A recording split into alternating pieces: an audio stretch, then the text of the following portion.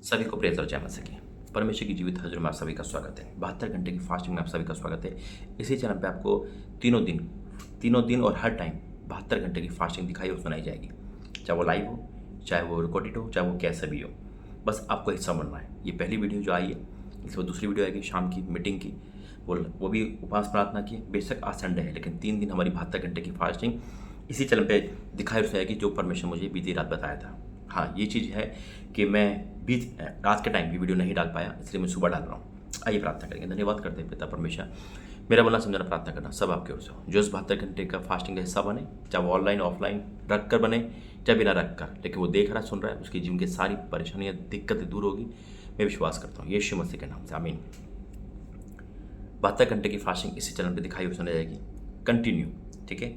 हो सकता है वीडियो आपको अभी मिली है, लेकिन इसके बाद कभी भी लाइव आ सकता है, वो रिकॉर्डेड लाइव होगा, लेकिन हाँ वो आज का ही होगा। 72 घंटे जैसे हमने पहले भी देखी थी, वैसे ही एक तरह से चेन प्रार्थना 72 घंटे की इसी चैनल पे दिखाई सुनाई जाएगी। चेन प्रार्थना आती रहेगी जैसे वो उस चैनल पर आ रही है। ये इस चैनल की बात कर रहा हूँ जो परमेश्वर बीती रात ही बताया था। देखो खुदा ने वचन दिया मुझे, योएल 2 उसका 15। हम फास्टिंग मीटिंग को या फास्टिंग को बड़ा लाइटली लेते हैं या नहीं समझ पाते उसकी सामर्थ, जबकि उसकी सामर्थ बहुत बड़ी है। परमेश्वर की कोई भी काम की सामर्थ छोटी नहीं है। हर एक काम एक नियुक्त समय में किया जाता है और उसका अलग अलग एक अनुग्रह है, उसका अलग अलग एक सामर्थ्य है। देखो यहाँ लिखा है योएल 2 का 15 में, सियोन में नरसिंह का फूको, उपवास का दिन ठहराओ। उपवास का दिन ठहराओ। एक क्वेश्चन आता है, क्या संडे को उपवास रख सकते हैं, जबकि रविवार तो है ही नहीं कैलेंडर, इसमें बाइबल के हिसाब से रविवार में कहाँ लिखा है ना, लेकिन कहाँ लिखा है उपवास का दिन ठहराओ। चाहे वो शुक्र हो, कोई प्रैक्टिकल दिन नहीं है, वो हमारी चॉइस है, उसमें दिन ठहराओ। जैसे आज पर उन्होंने कहा 14-15 तारीख है, अभी कोई भी दिन पड़े, चाहे वो संडे हो चाहे मंडे, चाहे कोई भी हो, 3 दिन में तो कोई ना कोई आएगा।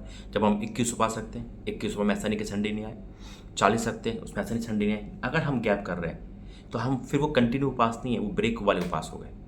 6 दिन फिर उपवास, फिर ब्रेक, फिर 6 दिन, तो उसको 40 दिन नहीं करा जाएगा, उसको 6 दिन के हिसाब से गिना जाएगा कि वीकली उपवास से हम ब्रेक ले रहे हैं, है ना। देखो ब्रेक लेने का मतलब है कि वो कड़ी टूट गई।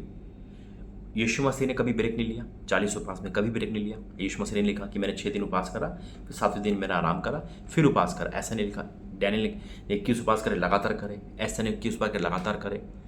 जो भी उपवास करेगा परमेश्वर के हजूर में, 21 हो, 7 हो, 10 हो, 15 हो, 24 हो, 30 हो, 40 हो, लगातार ही होंगे।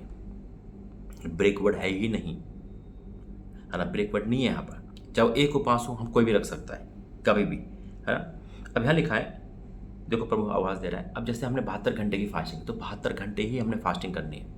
अब ये नहीं कि हम शाम को खा ली दोपहर, वो अलग फास्टिंग हो गई। जैसे किस फास्टिंग में जाएंगे शाम के टाइम में, तो वो 21 दिन की फास्टिंग है, यानी कि दिन की फास्टिंग है, और हम रात में खा सकते हैं, वो भी 7 घंटे। जैसे दूसरा दिन लगता है हम उसमें फास्टिंग रखेंगे, तो 21 दिन लगातार चलेंगे, उसमें संडे हो, मंडे हो, कहीं भी हो, है ना। तो वही चीज़ है। देखो यहाँ लिखा है, सियोन में नरसिंह का फूको, उपवास का दिन ठहराओ, महासभा का प्रचार करो, उपवास का दिन ठहराओ।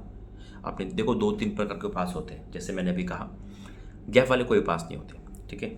गैप जिसमें रखते हैं उसको हम वीकली उपवास कह सकते हैं। जैसे हमने 6 दिन रखा, बस 7वें दिन हम संडे को नहीं रखेंगे, चलो ठीक है, ये ठीक है, लेकिन उसको हम 6 दिन वाले उपवास कहेंगे, 40 दिन 21 वाले नहीं कहेंगे। अब यहाँ लिखा है महासभा का प्रचार करो। उपवास गुप्त वाले भी होते हैं, जैसे प्रभु मुझसे कई बार कहता है, आपसे कहता है, किसी को नहीं पता, 40 रख लिए, 30 रख लिया, 1 रख लिया, किसी को नहीं पता। अपने द्वार, अपना कोठरी में जा, द्वार बंद कर और परमेश्वर में बैठ, ठीक है। महासभा का प्रचार करो, लोगों को इकट्ठा करो, लोगों को इकट्ठा करो, सभा को पवित्र करो, पुरनियों को बुला लो और बच्चों दूध पीते को भी इकट्ठा करो। दूल्हा अपनी कोठरी से, दुल्हन भी अपने कमरे से निकल आए। ये उपवास की सामर्थ्य है। उपवास के प्रचार को प्रभु का परमेश्वर का वचन कह रहा है, जाओ लोगों को बुला कर लेकर आओ। महासभा का प्रचार, ये संडे का प्रचार नहीं है, ये उपवास का प्रचार है।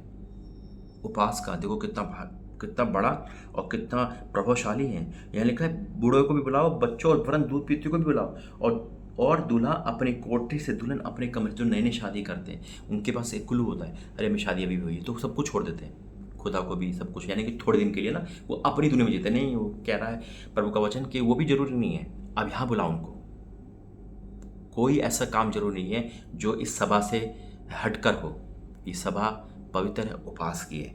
फिर क्या लिखा है, याजक जो यहोवा के टहलो है वे आंगन और वेदी के बीच में रोक रोक कहे, हे यहोवा अपनी प्रजा पर तरस खा और अपने निज भाग के नाम धरे ना होने दे, ना जाति जाति उसके उपमा देने पाए, जाति जाति के लोग आपस में क्यों कहने पाए, इनका परमेश्वर खा रहा, उनका परमेश्वर खा रहा। जब आप इकट्ठा होंगे, परमेश्वर दास रोक कर घुटने टेक कर ये प्रार्थना करेगा, हे परमेश्वर अपनी प्रजा पर तरस खा। अगर प्रजा नहीं होगी तो किस पे बोलेगा वो?